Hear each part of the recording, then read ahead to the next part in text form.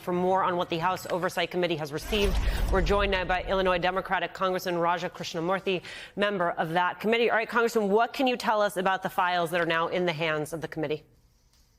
Well, they just landed in the Oversight Committee, and they're being literally reviewed as we speak. It's a fairly large set of documents. I think that there's going to be a lot of work over the weekend, and all of us are eager to learn what's in those documents. What is it you're looking for? Well, basically, we want to see a number of things. We want to see who was involved in enabling this sex trafficking ring that Epstein and Ghislaine Maxwell led. Why is Donald Trump so averse to having these files disclosed? We want to know, who might be among us in the public that somehow implicated that might be dangerous to others. I think there's a number of questions like that and others that are outstanding. I wonder how long, I know you said folks are going to be working through the weekend, how long you expect this process to take? Well, this is the first production of documents. Unfortunately, they did not produce all of them all at once as we demanded. Instead, they are kind of slow walking this a bit. And so they produced this first tranche today. I think they'll produce more over time. We will demand that they produce all of them immediately. But as you know, the White House is doing everything they can to obstruct full transparency on these files. I think that's also, by the way, why they're showing the transcript of this strange interview between Mr. Blanche and Ghislaine Maxwell. They're talking about grand jury transcripts. They're talking about everything except fully disclosing the Epstein files. And that's what we should be focused on right now. The DOJ, they're under a subpoena from your committee. You had Democratic ranking member Robert Garcia saying this week, quote, "The American people will not accept anything short of the full unredacted Epstein files. The administration must comply with our subpoena by law." So what happens if they don't? What do you do then? Well, the interesting thing here, Alicia, is that Democrats and Republicans, at least on the Oversight Committee, are almost united in terms of their determination to get these particular files. In light of that, obviously, if the DOJ does not produce files, if they don't do what they are supposed to do legally under the subpoena, then we'd have to go to court to enforce the subpoena. And there would be a legal process associated with that. Something tells me at that point that the MAGA base would be up in arms demanding the disclosure of these files. And so this might be this one area where I think Democrats and Republicans can come together and demand accountability of this administration that's otherwise acting with impunity on every other front. There's also the question of the public release of these documents, which is interesting to think about given the release of these transcripts playing out in real time in tandem. Democrats have warned it could be limited, it could be controlled by Republicans. How do you counter that?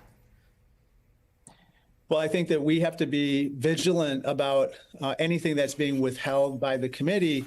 I'm talking about the Republicans in sharing with the public these files. And obviously, within the confines of what we can legally do, point out anything that maybe should be produced. I think this is one of those moments, again, where I do think there's a large number of people who are watching very carefully from the MAGA base and other quarters exactly what's being disclosed, what was promised versus what's being disclosed. And exposing to them, it's almost like we have to, in other words, talk to a group of people that maybe we don't necessarily always talk to and signal to them what's being disclosed versus what was promised. I want to connect these two stories, though the connection is rather obvious. These transcripts that have just been released by the DOJ of Todd Blanche interviewing Ghislaine Maxwell, and the fact that, there is interest in having Ghislaine Maxwell appear before the committee. Just first of all, just given her history of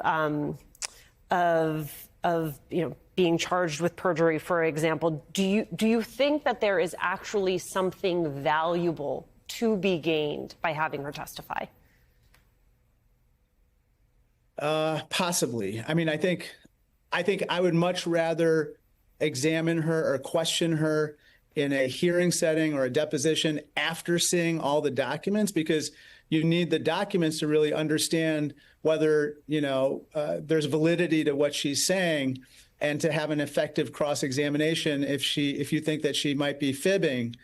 I personally think that she's going to say whatever the heck is necessary to try to get a pardon or some type of clemency from Donald Trump. And that's why it's even more incumbent that we get all the files. I don't think that we should necessarily question her before that happens. And just a technical question, do you have any update on the House oversight subpoena? Any sense of if that is actually moving the likelihood of her coming and testifying? Well, the last that I heard, she was actually noticed up for September 29th. But the other caveat, the thing that her attorney said that they are demanding is that they only want to come to Capitol Hill after the appeal that they've made to the Supreme Court has been ruled upon. So I don't know when that's going to come down or be handed down. So I think there's some moving parts, but as of right now, there's a date on the books for her to appear on Capitol Hill. Congressman, I need not tell you on any other day we would be leading with the FBI raid of John Bolton's home, Trump's former national security advisor turned staunch Trump critic. Your thoughts on the timing on this choice by the FBI? What do you make of this this search of John Bolton's home? Well, look, I think that we always have to be vigilant and enforce the laws surrounding the treatment of classified information. But the manner in which they did this today, the tweets from Kash Patel and Pam Bondi and J.D. Vance suggest to me this was political retribution and an attempt to distract attention from the production of these Epstein files. I think we can predict every day they are going to do something to distract attention from the Epstein files. And by the way, the complete mismanagement of the economy, which I'm hearing about all the time here in Illinois. I'm in Southern Illinois today. People are really hurting. And they feel like this government run by Donald Trump is not doing what it promised. Groceries are through the roof, rents are through the roof, and now electricity bills have hit all-time highs. So in light of that mismanagement and the Epstein files, I think that Donald Trump is going to do everything he can to distract attention from that.